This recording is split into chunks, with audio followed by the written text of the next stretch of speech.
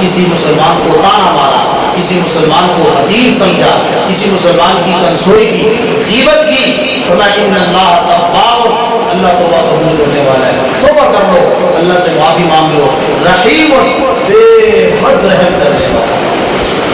یا ایھا الناس، قومی اور نسلی امتیاز اس وقت پوری دنیا کے اندر جو عالمگیر فساد اور بگاڑ کی ایک بنیاد ہے وہ کیا ہے؟ قومی اور نسلی امتیاز۔ ہماری قوم سب سے اوپر ہے، یہ جو ہماری نسل ہے بس اس دنیا کے اندر تمام حقوق اسی نسل کے ہیں۔ اس وقت امریکہ پوری دنیا میں جو جنگ لڑ رہا ہے وہ کس چیز کی لڑ رہا ہے؟ کہ پوری دنیا میں کسی جگہ پر بھی ہمارا کوئی امریکہ کا نیشنلٹی والا، کوئی امریکن قومیت والا جہاں پہ جائے اس کے حقوق کا تحفظ ہونا چاہیے۔ باقی انسان نہیں ہے، صرف دنیا کے اندر رہنے کے قابل ایک امریکن قوم ہے۔ باقی نسلوں کا بھی یہودی کہتے ہیں کہ دنیا میں ایک ہی نسل ہے جو انسانوں کی ہے، باقی تو انسان ہی نہیں۔ پھر ہمارے اپنے اندر قومی اور نسلی تعصب اور جس کے اوپر جلتی پہ تیل کا کام ہماری جمہوریت نے کر دیا۔ پہلے وہ کھڑے ہوتے تھے کیا ضلع صوبے کے اندر، اب ہر محلے میں کھڑے ہو گئے جناب، اور کھڑے کس بنیاد میں آپ بتاؤ؟ یہ جو ہمارے کینڈیڈیٹ آتے ہیں کس بنیاد پہ کھڑے ہوتے ہیں؟ یہ عواموں کا کینڈیڈیٹ آ گیا، یہ جدوروں کا آ گیا، یہ سادات کا آ گیا، یہ مغلوں کا آ گیا، یہ ترکھانوں، ہر کینڈیڈیٹ کی تصویر کے نیچے اس کی قوم لکھی ہوئی ہے۔ کیا مطلب؟ میری قوم مجھے ہی ووٹ دینا ہے، میں بدماش ہوں، چنگا ہوں، جو کچھ بھی ہوں، وہ تمہاری قوم کا، لہذا قومیت کا خیال کر کے تم نے مجھے اپنا بڑا بنانا ہے۔ تو اللہ نے فرمایا قومیت کا تمہارے یہاں کوئی تصور نہیں ہے، نسلی امتیاز اسلام نے آپ کے مٹا دیے ہیں۔ آپ علیہ السلام نے کیا کہا؟ میرے پاؤں کے نیچے کے سارے نسلی امتیازات۔ اسی طرح حضرت بلال نے کہا نا، اگر قوم کی بنیاد پہ مسئلہ ہوتا تو میرا نمبر نہیں آنا تھا، میرا نمبر پھر نہیں آنا تھا، میری باری نہیں آنی تھی پھر۔ یا ایھا الناس، اے دنیا بھر کے انسانوں، انا خلقناکم، ہم نے پیدا کیا ہے تمہیں، من ذکر او انثی، ایک مرد اور عورت سے۔ تمام انسانیت، مشرق مغرب شمال جنوب قیامت تک آنے والے سب کا باپ حضرت آدم علیہ السلام، سب کی ماں حضرت حوا، اسی سے آگے سلسلہ چلتا رہا، پھر بڑھتا رہا، پھر مختلف برادریاں بن گئی، پھر مختلف قبائل بن گئی۔ یہ جو قبائل اور برادریوں کا ذاتوں کا سلسلہ ہے، لتعارفوا، یہ تو صرف پہچان کے لیے، اس لیے جب آبادی بڑھتی گئی نا پھر تعارف مشکل ہو گیا۔ بھائی آپ کہاں سے؟ میرا فلاں قبیلے سے تعلق ہے، اچھا وہ ہمارا جو فلاں دادا پردادا اس کی اولاد سے آگے، تو یہ آپس میں ایک برادری بن جائے گی، ساری انسانیت انسان ہونے کی حیثیت سے۔ ان اکرمکم عند اللہ اتقاکم، قومیت کے اندر کوئی عزت نہیں، کسی شخص کو کسی قوم کے اندر ہونے کی حیثیت سے عزت حاصل نہیں ہے۔ عزت کی بنیاد اللہ کے ہاں ایمان اور تقویٰ ہے، لہذا نبی پاک صلی اللہ علیہ وسلم کا خاندان، ساری انسانیت کے اندر آپ کا نسب، آپ کا خاندان، آپ کا قبیلہ ساری انسانیت میں سب سے اشرف ہے۔ اس حضور اسلام نے فرمایا نا، اللہ نے سارے انسانوں میں انتخاب کیا، عربوں کو انتخاب کیا، پھر عربوں کے اندر اللہ نے قریش کا انتخاب کیا، پھر قریش کے اندر اللہ نے بنو ہاشم کا انتخاب کیا، پھر بنو ہاشم کے اندر اللہ نے مجھے پیدا کیا۔ تو آپ کا نسب چنیدہ ہے، آپ کا نسب منتخب شدہ ہے، ازل ہی سے اللہ نے آپ کے لیے اس نسب کو طے کیا ہے۔ لیکن اسی نسب کے اندر، اسی خاندان کے اندر، بنو ہاشم ہی کے اندر، قریش ہی کے اندر ابو جہل بھی تھا کہ بھائی ابو جہل قریشی تھا کہ نہیں تھا؟ ابو لہب، پیچھے نسب تو وہی ہے، پیچھے خاندان وہی ہے اس کا، لیکن محض نسب اور خاندان اور قومیت کی بنیاد پہ اللہ کے یہاں عزت کے فیصلے نہیں ہیں۔ ایمان لے آیا، ایمان لانے کے بعد کوئی نسب قابل فخر نہیں ہے سوائے نبی پاک صلی اللہ علیہ وسلم کے نسب، وہ نسب پھر بھی قابل فخر ہے، لیکن شرط کیا ہے؟